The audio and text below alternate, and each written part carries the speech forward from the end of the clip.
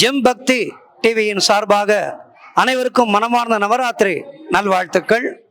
இந்த நவராத்திரி நன்னாளிலே நாம் திருவான்மியூரிலே பிரம்மகுமாரிகள் இயக்கத்தின் சார்பாக நடைபெற்று கொண்டிருக்கின்ற அற்புதமான விளக்கு பூஜை, திருவிளக்கு பூஜை இங்கே காணலாம்.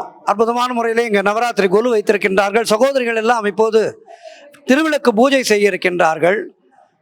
இந்த திருவிளக்கு பூஜையை நாம் ஜெம் பக்தி டிவி நேயர்களுக்காக ஒளிபரப்ப இருக்கின்றோம். வாருங்கள். பிரம்மகுமாரிகள் இயக்கம் என்னவெல்லாம் செய்கின்றார்கள் ஆன்மீக பணியிலே, சமூக பணியிலே என்பதையெல்லாம் சகோதரி பானுரேகா அவர்கள் மூலமாக நாம் தெரிந்து கொள்ளலாம். சொல்லுங்கம்மா, நீங்கள் செய்கிற பணிகள்லாம் என்னென்ன, ஆன்மீகத்தின் பேரும் சமூகத்துக்கு என்னென்ன பணிகள்லாம் செஞ்சு கொண்டிருக்கின்றீங்கிற ஜெம் டிவி நேயர்களுக்கு சொல்லுங்க. ஜெம் டிவி நேயர்களுக்கு அன்பார்ந்த நவராத்திரி திருவிழா நல்வாழ்த்துக்கள். நாங்கள் பிரம்மகுமாரிகள் ராஜயோக தியான நிலையத்திலேருந்து பேசிட்டு இருக்கோம். இங்கே திருவான்மியூரில் இருக்கக்கூடிய ஸ்ரீ மகாலட்சுமி மஹாலில் இந்த சஹஸ்ரலிங்க தரிசனமும் கொலு விழாவும் நாங்கள் சிறப்பாக அமைச்சிருக்கோம். இங்கே பிரம்மகுமாரிகளுடைய இயக்கம் பார்த்திங்கன்னா கிட்டத்தட்ட 7000 சென்டர்ஸ்க்கும் மேலே நம்ம இருக்குது. முழு உலகத்துலேயுமே இங்கே இலவசமாகவே நாங்கள் தியானம் சொல்லி கொடுத்துட்ருக்கோம். இந்த ராஜயோக தியானம் பார்த்திங்கன்னா நம் மனதை ஒருமுகப்படுத்தி அந்த உண்மையான இறைவனை ஆன்மீக ரீதியில், ஆத்ம ரீதியில் மனதை அமைதிப்படுத்தி நினைக்கிறது தான் சுலபமான ராஜயோகம் அப்படின்னு சொல்கிறோம். தியானம் அப்படின்னு பார்த்திங்கன்னா பல வகையாக இருக்குது.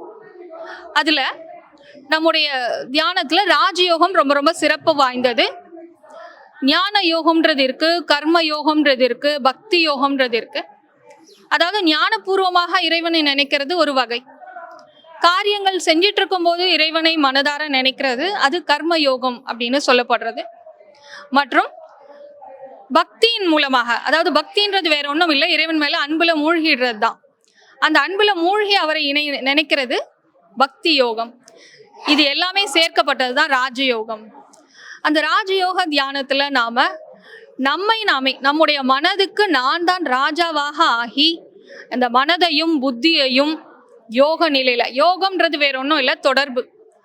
எப்படி இந்த உடலுக்கும் மனதுக்கும் ஒரு தொடர்பு இருக்குமோ அதே மாதிரி இந்த ஆத்மாவிற்கும் பரமாத்மாவிற்கும் உள்ள ஒரு தொடர்பை இணைக்கிறது தான் ராஜயோக தியானம்.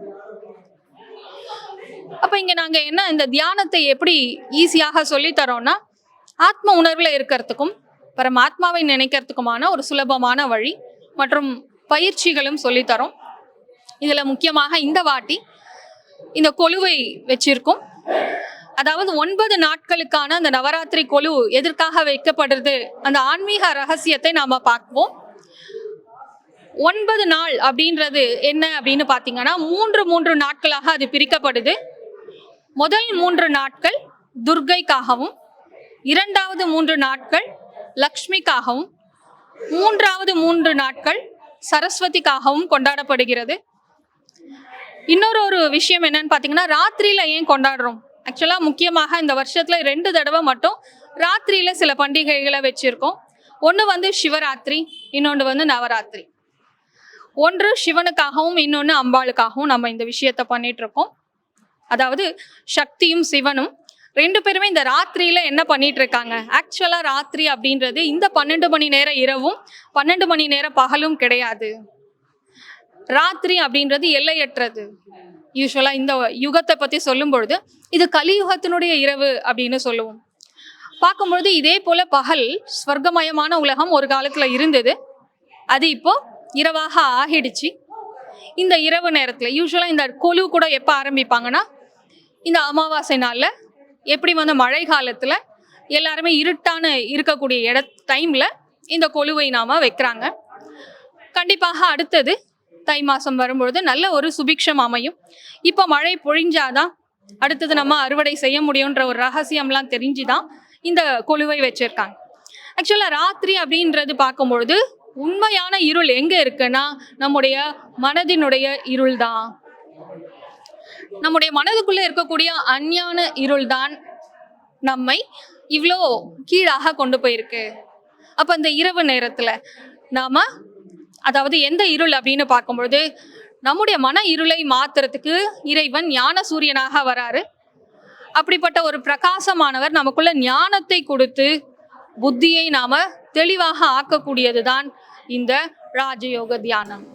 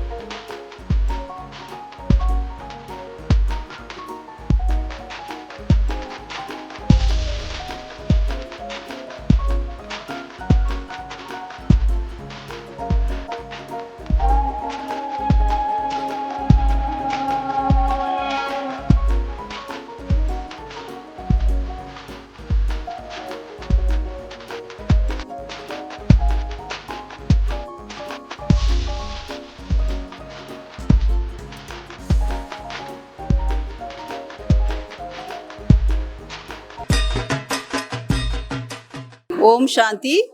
நான் இந்த ராஜயோக தியானத்தை கடந்த 18 வருஷமாக கற்றுக்கிட்டு இருக்கேன். இந்த ராஜயோக தியானம் அப்படிங்கிறது ராஜாவுக்கெல்லாம் ராஜாவாக ஆக்கக்கூடிய கடவுளால் படைக்கப்பட்ட ஞானம் இது. அதனால டைரெக்டாக நம்ம பரமாத்மா கூட கான்டாக்டில் இருக்க யுகம் இந்த யுகம் தான். இந்த பிரம்மகுமாரிகள் இயக்கம் கடந்த 88 வருடங்களாக ஒரு சுயநலமற்ற சேவையை செஞ்சுட்டு வராங்க. இங்கே இருக்க சகோதரிகளும் சரி, மற்றவர்களும் சரி, எல்லாருமே இங்கே கற்றுக்கிறவங்க கூட அவங்களோட குணங்கள் அப்படியே படிப்படியாக மாறுது. நான் இதெல்லாம் கண்கூட பார்க்குறேன். ரொம்ப அருமையான ஞானம் இந்த ஞானம். பரமாத்மா சிவனால் படைக்கப்பட்ட ஞானம். இந்த ஞானத்தை கேட்கும் போது என்னென்னா, நம்ம தெய்வம் போல மாத்துறாரு. தெய்வத்தின் மூலமாக ஞானம் கிடைக்கிறதுனால நம்ம தெய்வமாக மாறக்கூடிய சக்தியை நமக்கு அவர் கொடுக்குறாரு. இதன் மூலம் நம்ம எந்த ஒரு துன்பம், மகிழ்ச்சி எல்லாத்தையுமே சமநிலையாக பார்க்கக்கூடிய ஞானம் நமக்கு கிடைக்குது. மற்றும் நம்ம உலகத்துக்கும் நன்மை செய்ய முடியுது, குடும்பத்துக்கும் நன்மை செய்ய முடியுது, சுயத்திற்கும் நன்மை செய்ய முடியுது. இந்த ஞானத்தை அனைவரும் கேட்குமாறு தாழ்மையுடன் கேட்டுக்கிறேன்.